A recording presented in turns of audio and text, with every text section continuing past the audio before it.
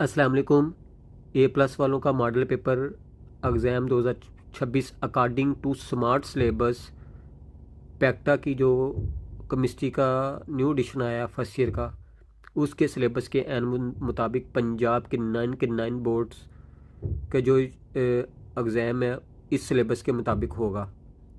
इन्होंने A+ वालों ने स्मार्ट सिलेबस बना दिया, बाकी पब्लिशर ने नहीं बनाया। अभी फ़िलहाल वो फुल सिलेबस ही बेच रहे हैं। इनका जो है न्यू स्मार्ट सिलेबस है, इसके पंजाब के 9 बोर्ड्स का इंक्लूड है। इसके अंदर उन्होंने ये बोर्ड का वो भी लगाया हुआ है, पैटर्नर।